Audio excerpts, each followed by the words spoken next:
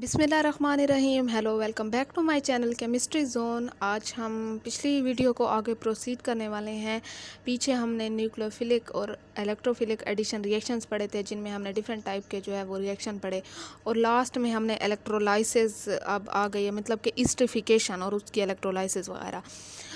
इस्ट्रिफिकेशन में हमने different mechanism पढ़े थे, AAC1 और एसाइल क्लीवेज और अल्काइल क्लीवेज, ये सारी चीज़ें हमने पीछे पढ़ी। फिर एविडेंसेस भी बताए कि कैसे कैसे होंगे। तो अब हम मेन रिएक्शंस पे आ गए हैं, जिसमें हमारे पास AAC1 मैकेनिज़्म है, जो कि हमारे पास कौन सा है, हमारे पास डिनोट क्या चीज़ कर रहा है कि ये AA1 unimolecular acid catalysed hydrolysis. एक इसमें एसिड कैटालाइज्ड भी था, जिसमें हमारे पास जो था AAC1 आ रहा था, esterification while acyl oxygen bond cleavage, और हमारे पास क्या था, ये एसाइल बॉन्ड क्लीवेज को ये डिनोट कर रहा था। सबसे पहले थोड़ा सा पीछे से रिवाइज़ करते हैं। चलें जी, ये देखिए, ये थोड़ा सा पीछे से रिवीजन है, जिसमें हमारे पास एसिड भी था, बेस भी था। फिर एसिड में दो आ रहे थे, AAC2 और AAC1, और हमारे पास AAL2 AAL1, ये चीज़ें। फिर बेस कैटालाइज में भी हमारे पास ये आ रही थी। अब एसिड कैटालाइज्ड हमारे पास जो था वो एसाइल क्लीवेज भी था और अल्काइल क्लीवेज भी था। एसाइल में अब हम ये जो पढ़ रहे हैं आज वाला रिएक्शन, ये AAC1 है जो एसाइल क्लीवेज में आ रहा है। इसके अलावा AAC2 जो है ये भी एसाइल में है। इसके अलावा एल वाले सारे अल्काइल में है। ठीक है, सेम केस जो है बेस के साथ है, उसमें भी अल्काइल एसाइल दोनों हैं, जिसमें हमारे पास जो है रिएक्शन आ रहे हैं दो दो। तो चलें जी, ये आज वाला स्टार्ट करते हैं कि हमारे पास AAC1 कौन सा रिएक्शन है।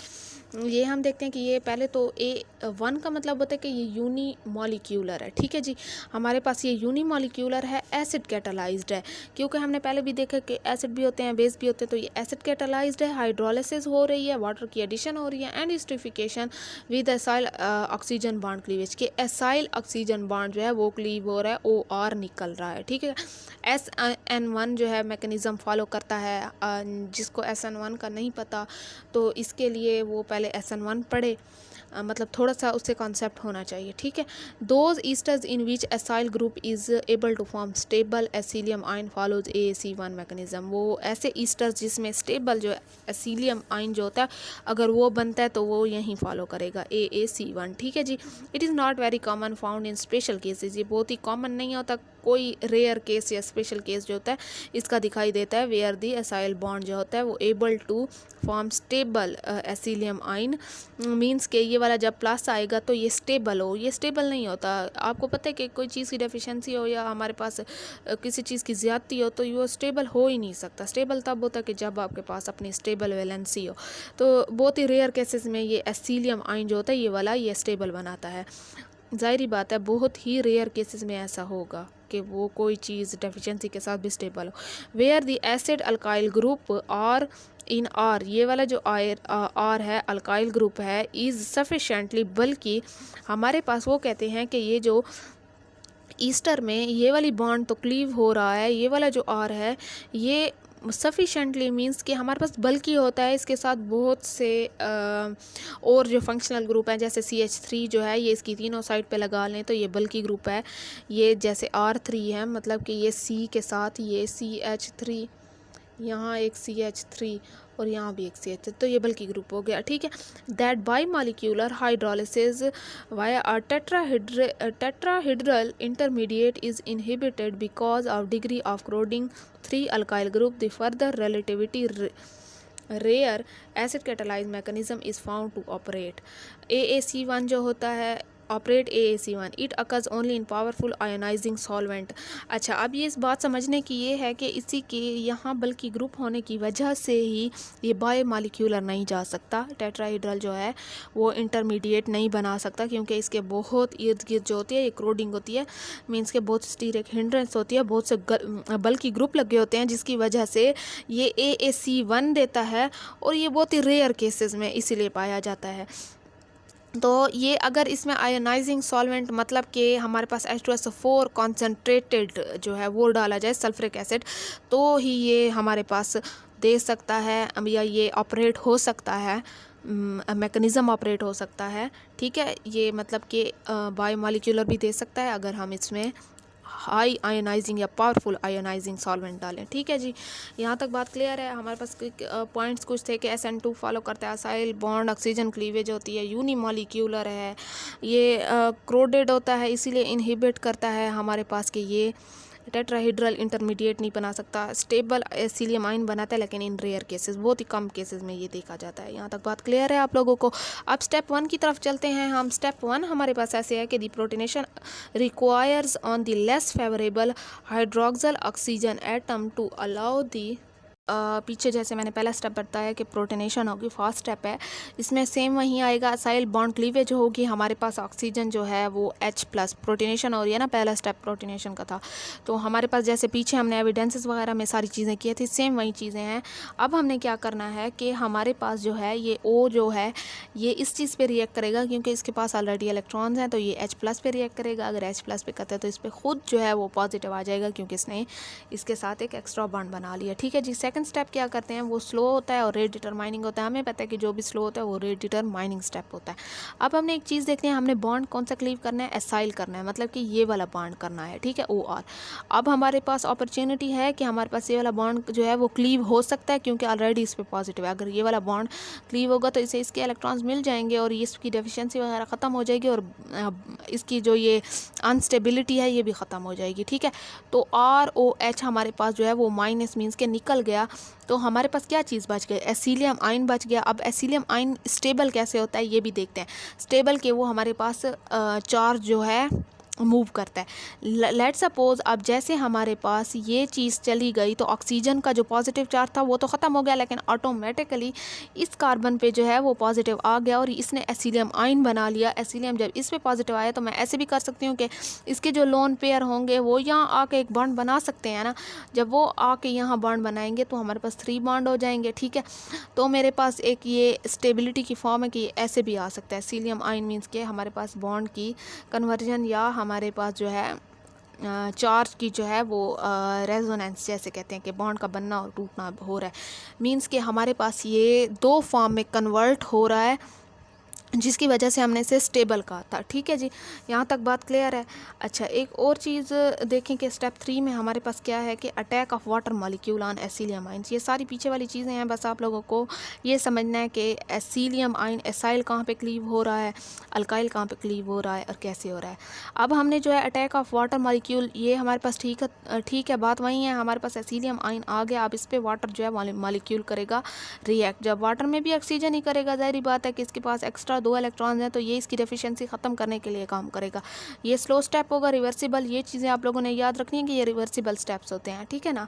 अब जो है अगर ये पूरा वाटर मॉलिक्यूल इसमें ऐड हो जाता है तो फिर से ऑक्सीजन पे क्या आएगा, पॉजिटिव आएगा क्योंकि इसने जो है ये 3 बॉन्ड बनाए हुए हैं।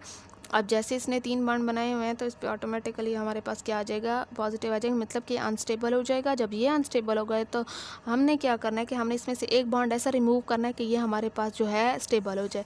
अब मैंने पूरा तो इसे मैं नहीं हटा सकती, तो मैं एक ये वाला बॉन्ड जो है वो क्या करूँगी, लीव कर दूंगी। इससे मैंने H को डी प्रोटोनेशन मीन्स के एक H+ जो है वो रिमूव करवाया। जब एक H+ रिमूव करवाया हमारे पास तो मेरे पास इसकी स्टेबिलिटी जो है वो बहाल हो गई, एक निकल गया और मेरे पास ये क्या चीज़ बन गई, ये अल्कोहल बन गया। ठीक है, बात क्लियर है। पहले हमने प्रोटोनेशन करवाई, फिर हमने जो है एसाइल बॉन्ड क्लीवेज करवाई, फिर वाटर मॉलिक्यूल ऐड किया और फिर डी प्रोटोनेशन करवाई। यहाँ तक बात क्लियर है। बस यहीं तक जो था AAC1 हमारे पास था, जिसकी एग्जांपल में हमारे पास एक चीज़ आ रही है। ये देखें कि हमारे पास मिथाइल मेसिटोएट आ रहा है जिसमें हमारे पास MMECOOMe है जिसमें प्रोटोनेशन हुई है और हमारे पास ME की जगह जो है क्या चीज़ है, H चला गया, COH चला गया और ये जो है MEOH। प्रोटोनेशन का मतलब होता है कि वाटर का ऐड होना सॉल्वेंट में, तो OH जो दूसरा वाटर का था वो यहाँ जुड़ गया और H जो था ये यहाँ जुड़ गया, मींस के H+OH। तो मैं प्रोटोनेशन का कहूँ तो मैंने सिर्फ ये H+ लिया हुआ है। ठीक है ना। अब देखते हैं आगे एविडेंसेस में देखें कि हमारे पास, आप देखते हैं कि एसाइल बॉन्ड क्लीव हुआ कि नहीं। हमने पीछे एविडेंसेस पढ़े थे ना, तो पहले देखते हैं कि आइसोटोपिक लेबल्ड ईस्टर हमारे पास हमने ओ जो है वो उसे 18 का लेबल तो कर दिया। अब जैसे हमारे पास क्लीवेज हुई है ना, उसी क्लीवेज के ऊपर भी अगर आप लोग लगाएं तो भी आसानी होगी। Was use the label oxygen appear in alcohol rather than acid it show acyl bond is cleaved. मतलब कि हमने पीछे भी यही पढ़ा था कि एसाइल बॉन्ड क्लीवेज का जो है एक निशानी ये है कि जो लेबल हम ऑक्सीजन करेंगे वो अल्कोहल में आएगा, कार्बोक्सिलिक एसिड में नहीं आएगा। अगर मैंने ये सारे स्टेप वहीं पीछे वाले किए और मैंने इससे ऑक्सीजन को किया और फिर प्रोटोनेशन हुई, ये ऑक्सीजन वैसे का वैसे और फिर हमारे पास एसाइल बॉन्ड क्लीव हुआ था, अल्कोहल निकल गया था। अब ये वाला 18 वाला अल्कोहल में निकल गया, बाकी जितने भी ऑक्सीजन ये वाला आया है तो इसमें कोई भी हमारे पास लेबल नहीं है। जो चीज़ अल्कोहल में आ गई थी हमारे पास तो वो क्या चीज़ होगी कि ये एसाइल बॉन्ड क्लीवेज है, हमें पता चल जाएगा क्योंकि अल्कोहल बन ही एसाइल बॉन्ड क्लीवेज से रहा था। ठीक है ना, तो यहाँ तक एक पहला जो है हमारे पास ये चीज़ प्रूव हो गई। Rate law was found to be first order, हमारे पास यूनिमॉलिक्यूलर था, ये चीज़ भी पता चल गई कि मेरे पास के जो होता है रेट कांस्टेंट है और ये ईस्टर आ गया। ठीक है ना, ईस्टर जो था वो एक ही हमारे पास क्या है, एक ही मॉलिक्यूल है ना, जो रिएक्टेंट में एक मॉलिक्यूल है, प्रोडक्ट में भी एक है, तो रिएक्टेंट वाला मॉलिक्यूल जो है ये आ गया। ठीक है, हैंस ऑर्डर इज़ 1, तो मॉलिक्यूलरिटी भी हमारे पास 1 होगी। ठीक है ना, प्रोडक्ट और ये जो था ये 1 आ रहे हैं रिएक्टेंट। अब देखते हैं थर्ड वाले में, हमारे पास थर्ड वाले में कौन सा है, थर्ड वाले में isotopic label oxygen of water. अब मैंने लेट सपोज के ऑक्सीजन जो है 18 को मैंने वाटर के ऑक्सीजन 18 को मैंने लेबल किया, वहाँ मैंने किस चीज़ को किया था, वहाँ मैंने ईस्टर के ऑक्सीजन को किया था। अब मैंने दूसरी तरफ वाटर को भी करके देख लिया कि अगर मैं वाटर को करती हूँ तो मेरे पास जो ऑक्सीजन 18 होगा वो कार्बोक्सिलिक एसिड में आएगा, और ये बहुत चीज़ कॉमन सेंस की है कि वाटर बाद में ऐड हो रहा था जो कि कार्बोक्सिलिक एसिड बना रहा था। तो अगर आप वाटर को लेबल करते भी हैं तो लास्ट में आपके पास क्या चीज़ आएगी, कार्बोक्सिलिक एसिड ही आएगा ना। और अगर आप पहले से इसको करते हैं और एसाइल बॉन्ड क्लीव कराते हैं तो ये हमारे पास अल्कोहल में ही चला जाएगा। ठीक है ना, तो ये चीज़ एसाइल बॉन्ड को जो है वो प्रूव करा रही है कि अगर वाटर को करोगे तो कार्बोक्सिलिक एसिड में आएगा, अगर ईस्टर को करोगे तो हमारे पास अल्कोहल में निकलेगा। ठीक है ना, एक ही बार ये प्रोसेस लिख के दोनों चीज़ों को कर लेना है कि ताकि आपको ये पेंसिल से लिख लें फिर बाद में रेज भी करने आसानी होगी। तो ये label oxygen in carboxylic acid rather than alcohol it indicates that acyl bond is cleaved. हमें इस चीज़ से पता चल जाएगा कि अगर इसका जो 18 है वो कार्बोक्सिलिक एसिड में आ रहा है, इस चीज़ में आ रहा है, ये वाटर का जो अगर मैं इसको यहाँ लेबल करती हूँ तो जाहिर बात है ये तो 18 का 18 वहीं रहेगा ना ऊपर इसके, तो ये हमारे पास कार्बोक्सिलिक एसिड में आ गया। इससे हमें पता चलता है कि एसाइल बॉन्ड क्लीव होता है, हुआ है, ये निशानी है, एक चीज़ ये जब वाटर को करोगे। यही चीज़ें उलट होंगी जब आप लोग दूसरे रिएक्शंस में करोगे, अल्काइल में करोगे। ठीक है ना, अब और बाकी जो था ये क्या था कि यहाँ करोगे तो हमारे पास अल्कोहल में आएगा। Ester with chiral R group give alcohols with retention of configuration. हमारे पास जो आर होता है, जो हमने ये वाला आर किया है, ये वाली चीज़ की है, अगर ये अल्कोहल देता है तो उसमें रिटेंशन ऑफ कॉन्फ़िगरेशन देता है। ठीक है ना, हमारे पास ये कॉन्फ़िगरेशन का जो था ये हमने लास्ट में भी पढ़ा था कि हमारे पास जो है अल्कोहल ऐसे कॉन्फ़िगरेशन देगा। चले जी, ये देखते हैं अब हमारे पास वो कहते हैं एक फिफ्थ जो है वो अलीलिक रीअरेंजमेंट जो होती है आर की वो नहीं होगी। हमने ये पहले भी जब आइसोटोप के एविडेंसेस पढ़े थे, आइसोटोपिक एविडेंसेस, उसमें भी ये चीज़ पढ़ी थी। अच्छा, अब हमने AAC1 हमने कर लिया। हमने कहा था तो कि दूसरा जो रिएक्शन है वो कॉमनली जो है अकर नहीं होता, AAC2 मैकेनिज़्म जो होते हैं वो अकर नहीं होता, तो हमने उसे स्किप कर दिया क्योंकि उसका अभी तक कोई जो है मतलब कि उसको उस रिएक्शन को अभी तक जो है डिस्कवर नहीं किया, या हमारे पास जो है सिर्फ 7 किस्म के होते हैं, 8 किस्म के नहीं होते। ठीक है ना, 8वें किस्म का वो ऑब्ज़र्व नहीं हुआ अभी तक। तो चलें जी, उसे हमने स्किप कर दिया। अब हमारे पास जो है अल्काइल बॉन्ड क्लीवेज की तरफ जाते हैं, AAL1 जो कि यूनिमॉलिक्यूलर है। 1 का मतलब यूनिमॉलिक्यूलर जो है वो निशानी आप लगा सकते हैं कि 1 का मतलब यूनिमॉलिक्यूलर, 2 का मतलब बाईमॉलिक्यूलर। ठीक है, मतलब मॉलिक्यूलरिटी भी 1 होगी, रेट भी 1 होगा। ठीक है, SN1 रिएक्शन से भी चलेगा। ये भी आप लोगों ने चीज़ें याद रख लेनी है कि यूनिमॉलिक्यूलर है। अच्छा, एसिड कैटालाइज्ड है, hydrolysis and esterification with alkyl bond cleavage होती है, स्टैंड फॉर, इसकी एब्रीविएशन लिखी हुई है। It is also very common, especially when alcohol of ester is a tertiary alcohol which is able to form stable carbonium ion. Since this mechanism proceed through carbonium ion formation with alkyl bond cleavage. ठीक है, वो कहते हैं बहुत ही common किस्म का reaction है जो अल्कोहल में होता है अगर अल्कोहल टर्शरी है। लेट सपोज अल्कोहल टर्शरी आ गया तो आप लोग समझ जाएंगे कि AAL1 रिएक्शन हो रहा है और हमारे पास इसमें एक स्टेबल किस्म का कार्बोनियम आयन भी बनता है जो कि हमारे पास प्रोसीड होता है अल्काइल बॉन्ड क्लीवेज जो है उसके रिएक्शन से। Secondary and benzylic acetate hydrolyse by the AAC2। अच्छा, दूसरे अगर लेट सपोज सेकेंडरी आ गए हैं या बेंजाइलिक एसीटेट वगैरह आ गए हैं तो वो हमारे पास कैसे होंगे, वो AAC2 रिएक्शन से होंगे। ठीक है ना। अब हमारे पास जो है, जो हमने स्किप किया था AAC2 रिएक्शन, हमने कहा है इन डाइल्यूट, फिर उसका सॉल्वेंट भी स्ट्रॉन्ग करना पड़ेगा, बट इन कॉन्सनट्रेटेड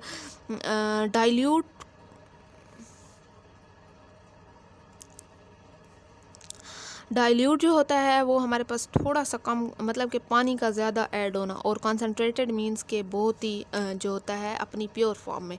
और acid mechanism changes to AAL1। अगर मैं AAC2 जो हो वो डाइल्यूट में करती हूँ लेकिन कॉन्सनट्रेटेड में जो है मैकेनिज़्म चेंज होके AAL1 में चला जाता है। मींस के अगर यही चीज़ें मेरे पास हों और मैं उनमें सॉल्वेंट अगर डाइल्यूट करूँगी तो AAC2 होगा, और अगर मैं स्ट्रॉन्ग करूँगी, कॉन्सनट्रेटेड करूँगी, तो मेरे पास AAL1 में कन्वर्ट हो जाएगा। ईस्टर जो होता है ये वाली चीज़, where the alkyl group R, सिर्फ ये आर अलग होगा, can form a relatively stable carbocation. वो कहते हैं कि जैसे ये अलग होता है ये बहुत ही स्टेबल किस्म का कार्बोकैटाइन बनाता है, टर्शरी कार्बोकैटाइन। पहले हमने बात कर दी कि मेरे पास यहाँ टर्शरी अल्कोहल में ही बात निकलेगी। ठीक है, undergo acid catalyse hydrolysis by this mechanism. ये थोड़ी सी थ्योरी है, ये आगे समझते हैं, इसके स्टेप जो हैं वो समझते हैं। चले जी, ये पहले मेरे पास क्या चीज़ है कि टर्शरी मेरे पास जो है वो आर लगा हुआ है ताकि मेरे पास जो निकले वो टर्शरी अल्कोहल हो। अब देखते हैं कि मेरे पास क्या चीज़ है। ये मेरे पास ईस्टर है। ईस्टर में पहले वही बात है कि प्रोटीनेशन होगी। अगर मैं प्रोटीनेशन करवाती हूँ तो मेरे पास प्रोटीनेशन कहाँ पे ऐड होगी, क्योंकि यहाँ पे तो तीनों ऑलरेडी ग्रुप प्रेजेंट है, तो मेरे पास जो है वो ऑक्सीजन के जो ये दो हैं ये जाएंगे, ये इस पे अटैक करेंगे। ठीक है, तो ये मेरे पास H+ यहाँ होगा। जैसे H+ यहाँ होगा, अब मेरे ऑटोमेटिकली इसके ऊपर पॉजिटिव आ जाएगा। जब इसके ऊपर पॉजिटिव आएगा तो मेरे पास क्या होगा कि ये वाला बॉन्ड यहाँ पे कन्वर्ट होगा। ठीक है, मतलब कि ये Cr हमने निकालना है ना, तो मेरे पास जब ये वाला बॉन्ड यहाँ पे कन्वर्ट होगा तो स्टेबल बनेंगे, ये डबल बॉन्ड बन जाएगा और ये मेरे पास इससे निकलने में आसानी होगी। अगर ये अपना बॉन्ड छोड़ के जाता है तो मेरे पास ये क्या बन जाएगा कि ये Cr+ बन जाएगा। ये तो Cr+ बन गया है, मैंने इस चीज़ को निकाल दिया है, ये Cr+ बन गया है। अब मेरे पास चीज़ क्या बच गई है, ये वाली सारी चीज़ बच गई है। अब ये वाली जब चीज़ बची है तो इसकी एक और चीज़ भी है कि इसका OH मैं स्टेबल करती हूँ, ये वाला जो है ये वाला C नीचे लेके आ जाती हूँ। स्टेबल किस लिए है कि ये अपना चार्ज ऊपर नीचे कर सकता है। स्टेबल हम इसी चीज़ को कहते हैं कि रेजोनेंस हो रही है या हमारे पास कन्वर्जन हो रही है कि ऊपर नीचे। अब पहले मैंने इसके ऊपर सर पे चढ़ाया ये वाला बॉन्ड, तो ये मेरे पास स्टेबल आ गया। ये एक जो ये 2 इलेक्ट्रॉन्स थे मैंने इसके ऊपर सर पे चढ़ाया, इसकी डेफिशिएंसी ख़त्म कर दी, लेकिन इसकी डेफिशिएंसी आ गई है क्योंकि इसके 3 बॉन्ड रह गए। इसके ये 3 बॉन्ड है ना, तो कार्बन 4 बॉन्ड बनाता है, तो इसके 3 बॉन्ड रह गए तो इस पर पॉजिटिव आ गया। ठीक है, अब मेरे पास जो है मैंने इस Cr को निकाल दिया क्योंकि मेरे पास यहाँ से निकल रहा था, ये अपना बॉन्ड यहाँ दे के चला गया, बात ख़त्म हो गई। अब मेरे पास ये RDS है, ये स्लो स्टेप है, इसमें हमारे पास ये Cr+ निकल गया। अब वही बात है कि वाटर ऐड होगा, जब वाटर ऐड होगा तो उसके ये जो 2 इलेक्ट्रॉन्स हैं वो इस प्लस पे जो है अटैक करेंगे क्योंकि एक्स्ट्रा हैं, लोन पेयर हैं। अच्छा चले जी, ये देखते हैं हमारे पास ये बॉन्ड वहीं क्लीव हो रहा था।